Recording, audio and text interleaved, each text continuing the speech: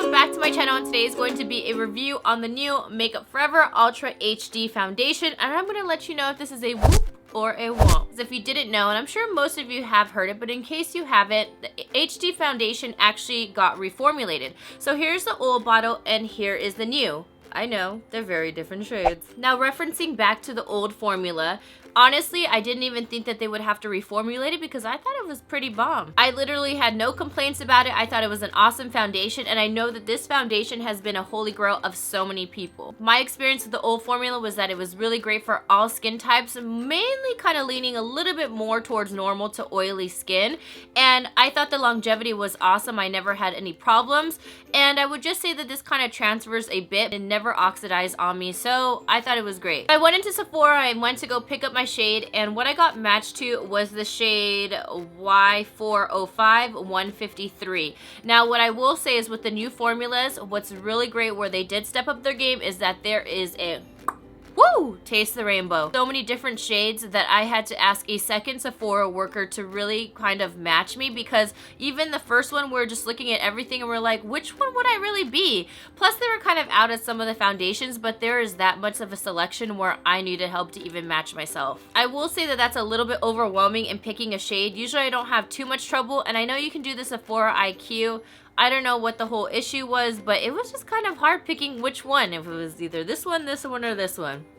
In the original formula, I am N128, and now they matched me to this one, so I don't know. We will see. I always feel like I'm matched to so many different things. This shade has actually been working for me, and no matter what, whenever I have a shade, I usually can work with it because it's not too far off. It's basically the same exact bottle, but now they just added a little silver trim, so it's just a little bit more high-end, or I don't know, más fancy looking. So as far as application, I've been enjoying applying it so many different ways. Now, when I did mention the foundation, a ton of people were like, oh, you're only supposed to use that with a beauty blender. You're only supposed to use that with a brush. It works best with my hands. And usually with the foundation, you can tell if you really love it with a sponge or a brush. And I know some people always use these tools as well. But I tried it all different ways, and I truly love it with the beauty blender. And I will say that this gives me more natural look. And then I have been loving it with my Makeup Geek buffer brush, which is really awesome. A round top kabuki from Sigma, and also my flat top. So as far as primers go, I have noticed certain primers that I do prefer over others. So the primers I've really enjoyed using is, I've been really enjoying prepping with the makeup primer spray from Scandinavia. I love Scandinavia products. I'm a die-hard fan of them. I think their makeup setting sprays and primer sprays are awesome. So I do this just to give me like a little extra security, because I will say that this foundation and this new formula has been, I mean, lasting, but not, I don't know, not as long as the original for some reason. And I've noticed that my oils have been seeping out even more, even when my skin is not too oily, and I don't know, I've just been noticing that. Smoothing primer, the one from Makeup Forever, really helps my oils, and especially this one, which is the Tarte one, Slate Timeless Smoothing Primer, which I already have applied right now. Okay, so now we're gonna go into the application of the actual foundation. Whoop, whoop. Definitely is a full coverage, and it is buildable. So first side I'm going to use is my beauty blender. I do like the way it applies. I think it looks very nice, seamless. So first side I'm just going to do one pump of foundation. I'm going to show you how it looks on one side of the face with the beauty blender, just so you can see how much coverage it does provide. Music maestro.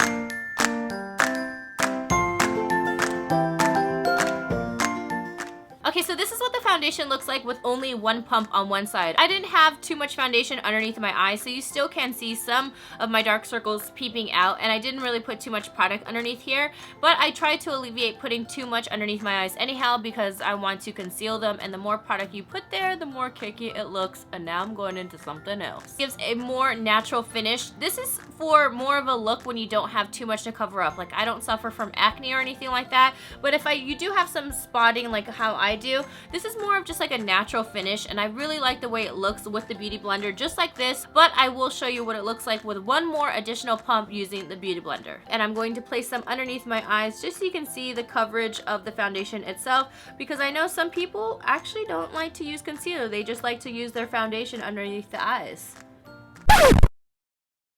I mean, some people just don't like doing that whole, you know, wake and bake thing. Wait, no, that sounded wrong. Not like that. And I do not do drugs. More of that conceal and bake thing. Okay, so this is what the second layer looks like with the foundation. Let me just hit that neck a little bit more. It doesn't look too cakey. This is what it looks like with the Beauty Blender. So now let's go on to the kabuki. Again, I'm going to use one pump.